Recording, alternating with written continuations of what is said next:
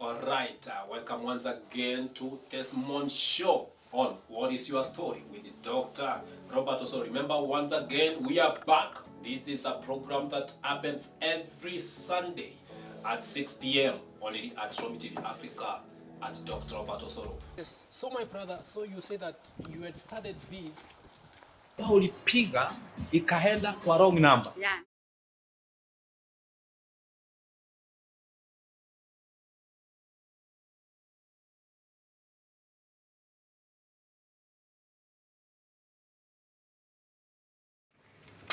Good morning, my viewer. Welcome to Romy TV Africa. This is Monday Newspaper Review with me, your host Regina Mwangi, and with my co-host here, Emmanuel Onyango. Welcome to Romy TV Africa this morning, as we are going to tackle on matters affecting the nation.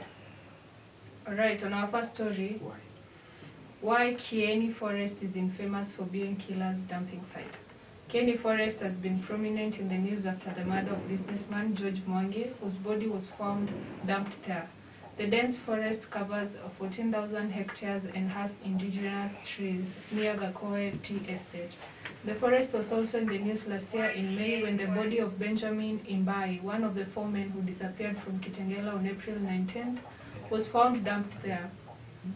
Police say a visitor in the area could easily become a victim if he or she becomes across a gang, either in a killing mission or in the process of dumping a body. Local residents say even the police fear the forest as many bodies are dumped there. More bodies continue flowing during the electioneering period. Now, in this story, we can see that it's a forest whereby it's becoming a dumping site compared to the one that has been said many times, found in the Ngong Hills there, and most even the police have reached a point that they even fear going to that forest because they see that it's dangerous and they might end up being killed there. So the government has been taking measures concerning these forests, and I'm expecting that to see this government is going to handle matters concerning the forest and these murderers, where we can see that Kieni Forest is being a dumping site for murderers. Yeah, that's quite a devastating story there. Kieni Forest is found to be a dumping site for many bodies, and it's so bad. I think they should consider the environment, a CS or somebody who is under environment and forest and stuff should like make a way in which the forest can be protected from these unnecessary stuffs that are happening, because once there's protection and forest wardens and game wardens, I think there could be protection, so to avoid that these bodies coming being thrown there. Yeah, we can see that even the deputy president, Mr. Rigathi Gachagua, has brought about issues on the forest, whereby he wants to start cultural activities on the forest. So maybe when that initiative is done, it might even control the story of dumping site, being a dumping site. Yeah, true. Now, on our next story, Winnie Odinga, the day my father almost died. Azimio Coalition Raila Odinga nearly slipped away from his family and political supporters in March last year, but was twice rescued from the hands of death just in the nick of time. The scare at the veteran opposition leader's home in Karen as he was recovering from a COVID-19 attack came at a time Mr. Odinga's allies and supporters were looking forward to the launch of his 5th presidential bid. The ODM leader had been earlier admitted to the Nairobi hospital, where after undergoing several tests and observations was eventually released to proceed home for self-quarantine. The ODM leader spent the following days in bed, isolated and weak, according to his daughter. So serious was his condition that he had to skip a planned ceremony at State House to mark the 3rd anniversary of the March 9, 2018 handshake with President Uhuru Kenyatta. It is while in his isolation room that Mr. Odinga nearly passed away.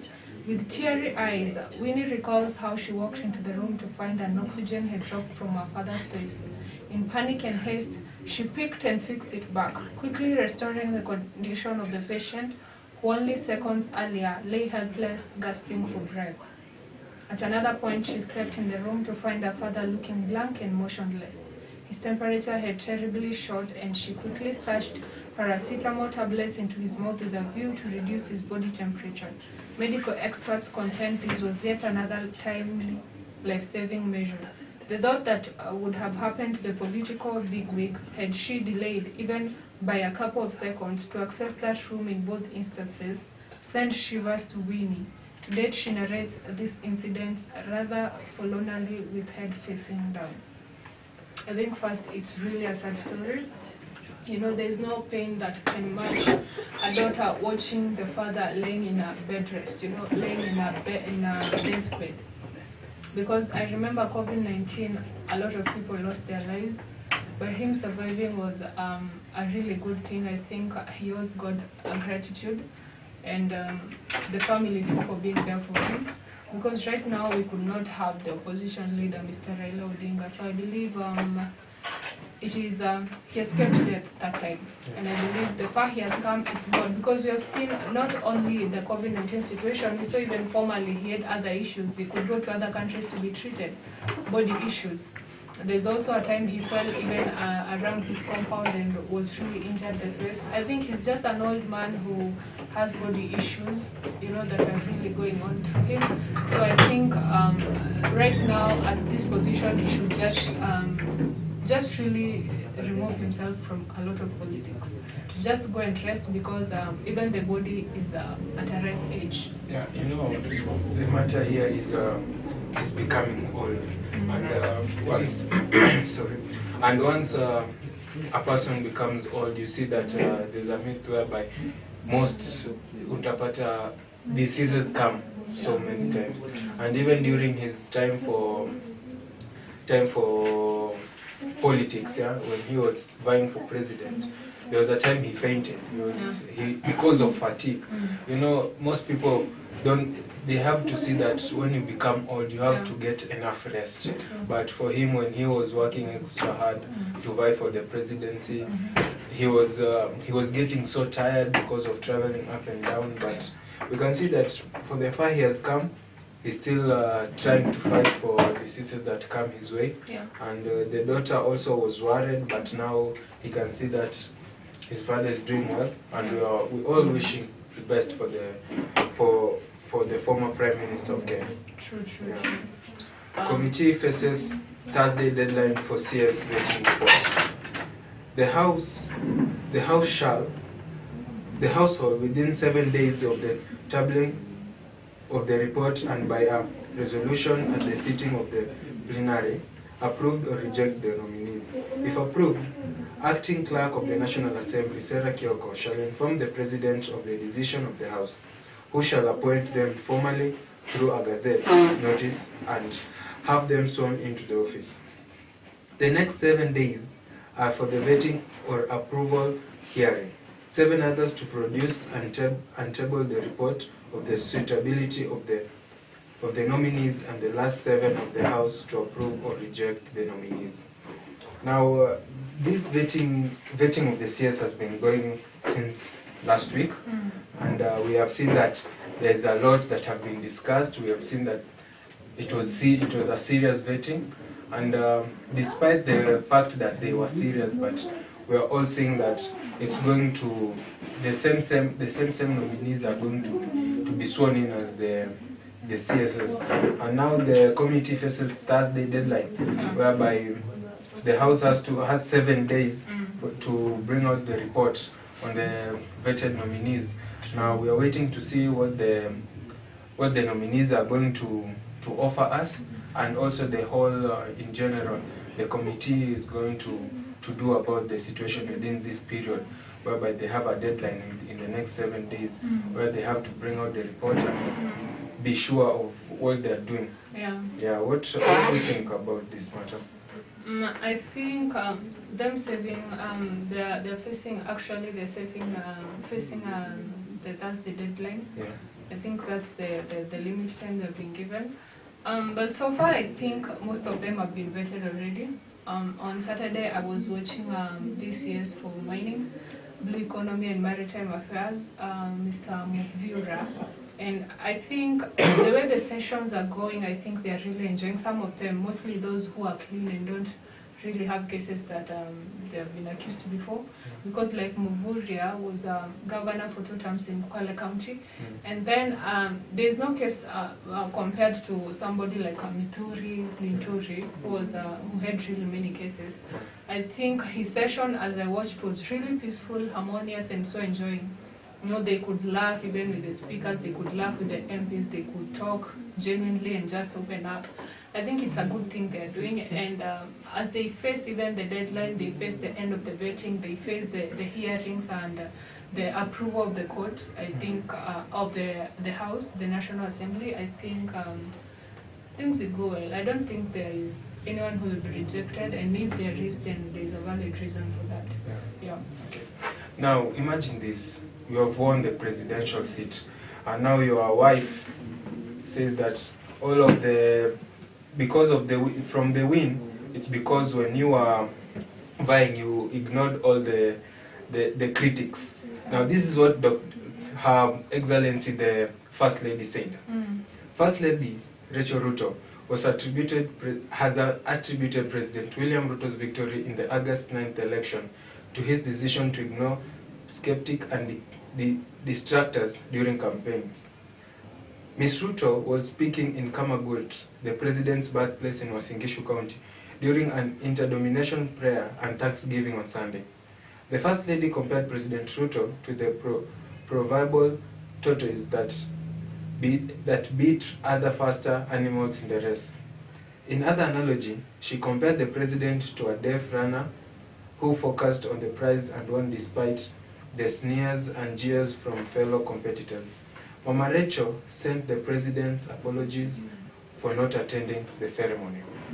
Now, being the First Lady, she has gone out there where the birthplace of His Excellency the President in Kamagut, and she said that because how the president won was a matter of ignoring all the jeers and all the distractors that came their way in order to win the elections. And we can see that she compared the president as a tortoise, whereby he beat all odds by winning the race with all the first runners. Because I remember during the campaign, most of the people thought that it's Raila Amolo Odinga who's going to win, because he has been in the race for a long time, and they thought that this was his moment. Yeah. Yeah. I think what Mama Rachel Ruto was saying is true. I really back her up, because I'm one of the people who are so keen on watching the president's journey, from the way, from back in 2018 when he was dismissed from the government because of the handshake thing. And then I also watched his journey of the campaigns all the way through.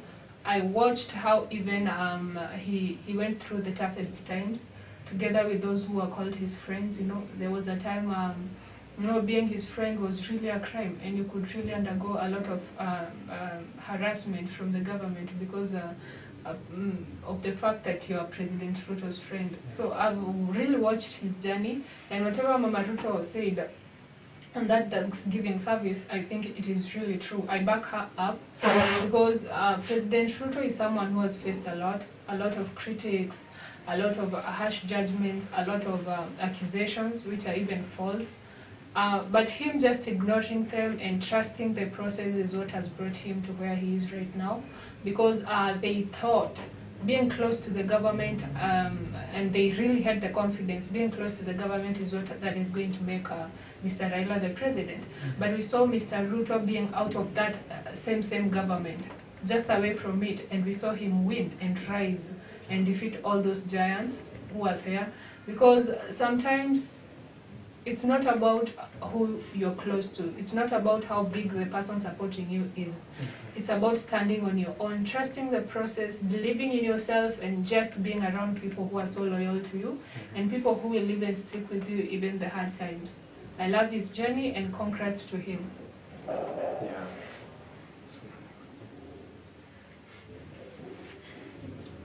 The Kenyan War in DRC.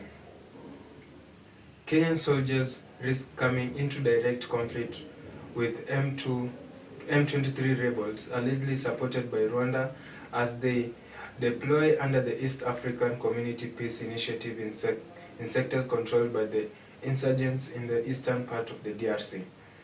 The rebels fighting the government of President Felix Anthony are reportedly backed by President Paul Kagame of Rwanda, a claim Kigali denies. Military experts say Kagame's battle-hardened troops have been permanently encamped in eastern DRC since ousting the government. Of late, President Juvenal Habyarimana in 1994 and chasing his army across the border. Now we can see that the army, the soldiers, risk coming into direct conflict with the rebels in Rwanda, and whereby it's like nowadays Kenya is being targeted most of the time, and you can see that there was a time whereby even the son of President Museveni had also targeted Nairobi, and this gives a lot of alarm the Kenyan government, whereby you can see that maybe there's something that is pissing off these other countries, according to Kenya. And now that it's said that DRC is together with the Rwandan government, and whereby they're together, they want to fight this battle, but also Kigali denies this statement. What do you think about this situation? First, I understand there are some rebels in the Rwanda's government, president, that is being backed up by the very same President Paul Kagame. So I think it's something that should be taken keenly based on the leaders who are there. So I think to solve this matter, Mr. William Ruto, the Kenyan president, and Mr. Paul Kagame, the Rwandan president, should meet and talk about this. Because they're the only one who can give, a go-ahead to the Rwanda government and to the Kenyan government to really stop this war that is going on. Yeah. Now to some other story, Baridi Sana puts Kenya on space map. It is a cool innovation that is meant to cool machines down. The even cooler thing is that it was given a Swahili name, Baridi Sana. It is created in Italy with the input of Machakos University. Things don't end there, because through Baridi Sana, Kenya will be in a small club of countries that will be holding experiments more than 350 kilometers above the ground in a space station constructed by China. In simple terms, the space station is a 100-ton laboratory being constructed incrementally, currently home to 3 Chinese astronauts that is orbiting the Earth in 27,000 kilometers per hour since its first piece was launched in April 2021. I think Kenya is innovative.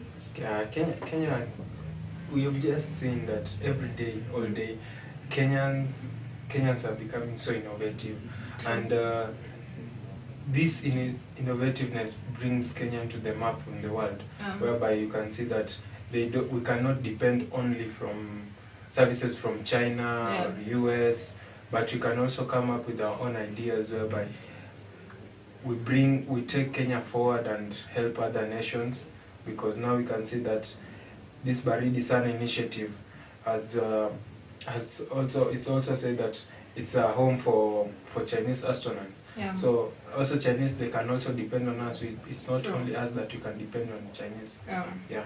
Courtesy of Machakos University. Yeah. I think that was the time we really had with you. Thank you for being with us. Make sure you follow us at all our social media platforms at Romy TV Africa. It has been Monday Newspaper Review with me, your host, Regina Mwangi. And Emmanuel Lunyango. Alright, welcome once again to Desmond Show on What is Your Story with Dr. Robert. Also remember, once again, we are back. This is a program that happens every Sunday at 6 p.m. only at Romy TV Africa. at Dr. Robert Osoro. So my brother, so you say that you had started this. Ulipiga ikaenda kwa wrong number. Yeah.